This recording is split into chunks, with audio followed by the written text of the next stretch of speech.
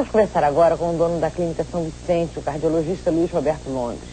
Ele concedeu recentemente uma polêmica entrevista à revista Veja. O Dr. Londres tem uma visão diferente da medicina. Ele condena o que chama de medicalização da vida e acredita que na ânsia de viver mais, as pessoas estão abrindo mão dos pequenos prazeres da vida.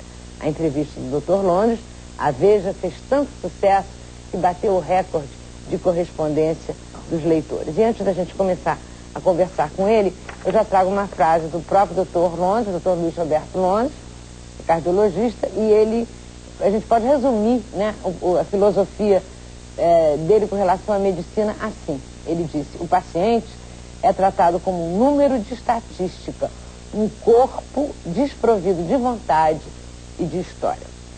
Dr. Londres, eu li sua entrevista, eu adorei a sua entrevista, até porque eu acho que a gente, paciente, antigamente a gente sentia que o médico parava para nos ver.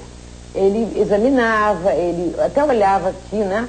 O olho, não olha mais. Muito tempo não vejo um médico, né? Fazia assim, o médico tirava a pressão, enfim. O médico nos via, né? Nos olhava. E nesse olhar, a gente sentia que estava ali o começo de um diagnóstico, de alguma coisa. Os médicos hoje parece que nunca têm certeza. Eles sempre têm dúvida e estão sempre pedindo exames. E os exames acabam, né, sendo prioridade nesse contato paciente-médico. É isso mesmo? Olha, o que acontece, eu diria que a minha maneira não é nova, é a maneira antiga de se medicina. Verdade. Na verdade é essa. Existe uma gradação no diagnóstico. A primeira coisa é a história. Pouca gente sabe, mas quem escreveu Sherlock Holmes foi um médico, Conan Doyle era médico. Então nós temos ali, o que nós temos que fazer? Achar o bandido, né? Achar, no caso, o buraco onde está o bandido. E a doença tem uma história natural, tem uma cara. Então, numa conversa, um médico bem treinado, uma conversa, antes de fazer isso, ele chega ao diagnóstico em cerca de 90% dos casos. Ele vai examinar. O médico treinado, na entrada do paciente, às vezes ele faz o diagnóstico. É mesmo? Só pelo jeito que ele chega de andar? Chama-se uma hipótese diagnóstica, exatamente. O jeito, uma série de dados, né? E o exame físico e depois os exames complementares. Agora, você tocou muito bem o seguinte: tem dois modelos clássicos, né? Tem vários modelos de prática médica, mas dois clássicos. Um chamado biomédico, que é esse que se pratica hoje nos Estados Unidos e que em alguns lugares do Brasil vem se praticando, que é encarar o indivíduo como um feixe de células, moléculas, átomos, seja o que for. E o outro chamado modelo biopsicossocial, onde encara o paciente dentro da sua história pessoal, dentro da sua família, dentro da sua sociedade, da sua profissão. Evidentemente que com isso ele tem dados muito maiores. E eu tenho, na minha prática muito antiga, né, eu fui cardiologista até 30 anos atrás, claramente você tem que interpretar o que o paciente fala. Não é só ouvi-lo. Você tem que interpretar. Ele não diz muitas coisas, ele não quer dizer, ele não sabe o que tem que dizer. E você consegue, então. É uma piada que corre. O indivíduo que foi ao médico com muitas dores. Ele dizia: doutor, dói aqui, dói aqui, dói aqui, dói aqui. Que o médico desses modernos, com mau treino, teria pedido então uma ressonância, uma laringoscopia, uma tomografia de pulmão, diversas histórias, né? Ultrassom, um médico que sabia que tem que ter um nexo causal para os sintomas, que não existe muitas doenças, tem uma, raramente duas. Só dá licença, o senhor quebrou o dedo. Dói aqui, dói em qualquer lugar, evidentemente, né? Então, você interpretar. Esses casos existem, evidentemente, mutatis mutandis, né? Você tem que chegar a um nexo causal. Então, quando você parte para os exames, se é para fazer um diagnóstico, você vai partir um pouco antes da hora. Você vai ter hipóteses diagnósticas e procurar, então, confirmá-las ou não e quantificá-las através dos exames. E o exame, lembra, é o momento que ele pega e é interpretado por alguém. E muitas vezes alguém que não tem conhecimento de clínica. O cérebro humano é o grande diagnosticador. Talvez por isso esteja acontecendo tantos erros na medicina ultimamente. O grande erro é o atendimento, é isso que você falou. É não entender que é uma pessoa. Não? Eu digo, o objeto da medicina é um sujeito. Então, não entender isso é um grande erro. E, segundo Balint, que é um psicanalista, o melhor remédio é o médico. E o tempo diagnóstico é tempo terapêutico. Agora, esse era um papel que o clínico fazia, não é? E vai fazer. Não vai voltar para não tenho dúvida. Eu não tenho dúvida. Ladies first. Vamos lá. Eu já vim percebendo isso em relação a mim, enquanto paciente, há algum tempo. Eu já cheguei a trocar de médico, porque eu cheguei a entrar no consultório e sair, eles sequer encostar em mim. Manda uma série de exames e sequer encosta. essa conversa tem um lado subjetivo também, né? De você perceber que o médico está prestando atenção em você, está te dando uma atenção além do caráter clínico mesmo de ser eficaz. É duplo sentido, não é? É duplo sentido, isso. E aí eu fico pensando no seguinte, eu já cheguei a pensar que talvez existisse aí também um certo incentivo, uma certa motivação também desses pacotes, mesmo o interesse econômico dos planos de saúde. Existe isso também ou não? Existe. Evidentemente existe. Não vamos negar que existe. Os planos têm uma grande vantagem, um grande mérito de ter democratizado a ciência médica privada. Isso é verdade. Agora, existe uma realidade que não é boa nem má. Eles têm uma meta lucrativa. Isso não é mal em si. Não é mal. Mal é o médico deixar que essa meta se sobreponha aos conceitos médicos. Que a ética empresarial se sobrepõe à ética médica. Então o erro é nosso.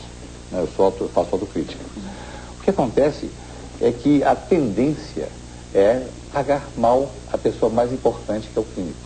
Porque se desvaloriza. Ele não faz nada. Né? Ele só conversa. Então o pagamento ao clínico é ridículo.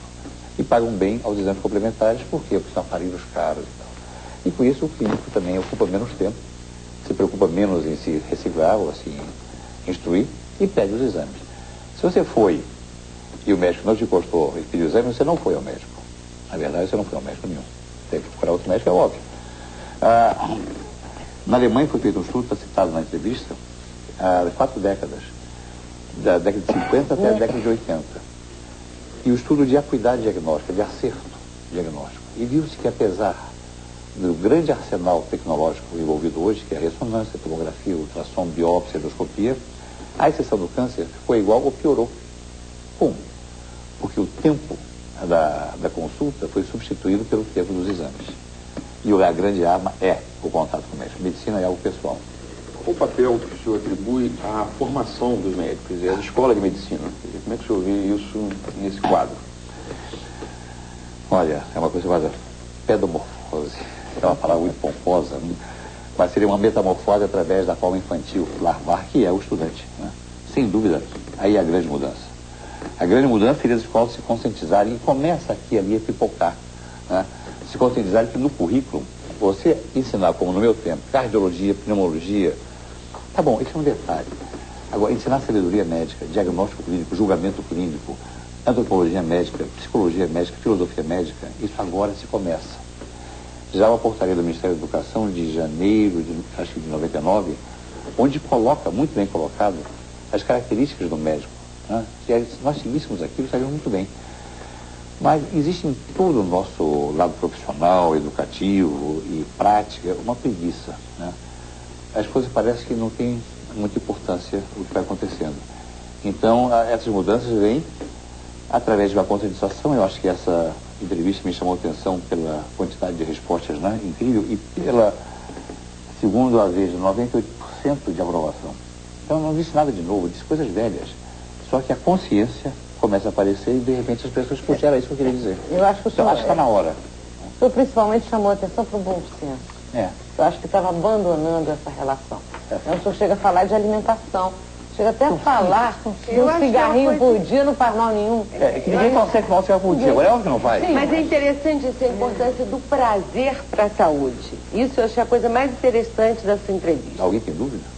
Vamos botar assim, não? Ninguém acha. Doutor, eu só não entendi. Porque a longevidade está se tornando mais importante do que viver. As pessoas estão vivendo para não morrer. Então, elas não estão vivendo para não morrer. Elas não estão vivendo para não morrer. Não estão vivendo para não morrer. Mas existe um fato que a obesidade, por exemplo, hoje se generalizou no mundo. É considerada a maior doença contemporânea. Nos países. E a obesidade, digamos, é o cultivo imponderado do prazer. Qual é o país símbolo da Mas aí obesidade? é um imponderado mesmo. Sim. Aí O país que mais implementa as medidas restritivas é aquele país que mais sofre Talvez por isso. aquilo. Por quê? Porque eles não estão vivendo bem. O francês não faz nada disso.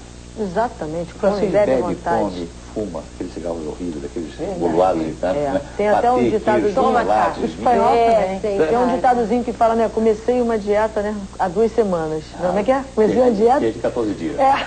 Cortei bebidas e Já tem de comidas. 14 dias, Mas o que eu ia perguntar ao senhor é o seguinte, eu não entendi, foi isso. O senhor ela começou com a frase sobre os remédios, né? E o que tem a ver a consulta pessoal com o remédio? Quer dizer, o que muda se você faz o exame ou se você ouve o paciente? Você chega ao diagnóstico muito mais facilmente. E, é o que ela disse, você dá a mensagem. Vocês viram Pat Adams? Eu vi, aquele do... É uma sátira perfeita. É uma sátira, mas é uma história real e é uma sátira perfeita. O médico no computador, não era computador, no livro, depois não pode dizer, aí ele começa a falar besteira, e o médico continua e se dá conta que é besteira. Entende? Então você tem que entrar em contato. Há uma simpatia, quer dizer, sentir junto com o paciente. E com isso diminui a quantidade de remédios que se receita? Claro, porque você vai chegar à conclusão que você talvez não precise.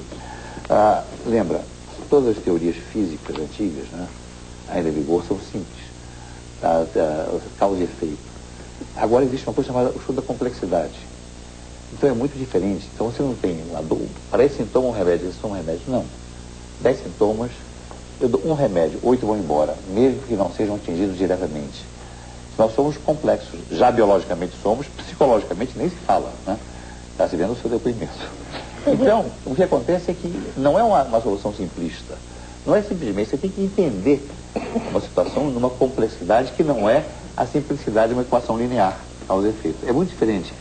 Isso hoje se começa a se estudar. Mas a homeopatia também tem esse tipo de raiz, né? Uma visão holística. Exatamente, ele teve um grande mérito. Se discute muito se aqueles princípios são válidos ou não, né? Então, não é por aí. Não é. Funciona? Funciona. Para muita gente funciona.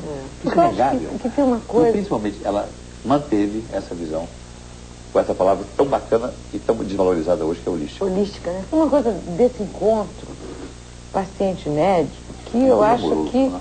Hein? É quase um encontro amoroso.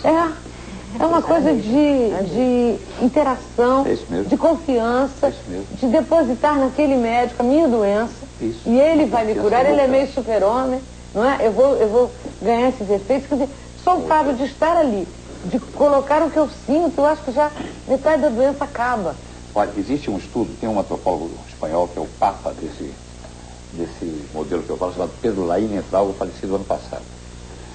Ele estuda essa relação, que ele chama uma relação quase diádica. São duas pessoas iguais, na sua essência pessoal, e diferentes, uma necessitada e uma detentora de conhecimentos. Então, ele estuda essa relação de uma maneira muito brilhante e mostra como ela tem que se estabelecer para que ela tenha efeito. Não é uma relação comum. É uma relação que tem que ter muito estudado. Hoje não se dá isso, ninguém sabe, o estudante não sabe. E é isso que você disse, é uma relação de confiança. O médico antigo, que a Academia de Letras tinha tanto médico, não é à toa que tinha, ele entendia, ele era um suporte, ele era um porto seguro para qualquer problema. Então, o de hoje não. O de hoje, pelo que ela diz, ela vai, ele não imposta, ele não sabe talvez a temperatura, ou sei lá o que, a pressão, não sabe nada. Apenas te ouviu, você podia fazer pela internet, talvez. O senhor é filho do Dr. Genival Londres, né? Seu pai era um médico, conheci muito. Era um médico assim, né? Desse tipo. Ele era. O senhor talvez tenha se mirado nele para falar com ele. Não, eu tive meu pediatra Mário Olinto, meu professor Clementino Fraga, Carlos Chaves, com quem eu trabalhei, Danilo Perestrelo, Abraham Exelman. Eu tive uma sorte de ter. É verdade. Então eu tinha que pensar assim. Doutor Londres, quer deixar algum contato? Ok, o e-mail, talvez seja mais adequado, é londres@svgavia.com.br. E um telefone, tá? 2529-4455. Valeu. Tá bom. Obrigada, doutor Londres. Boa sorte.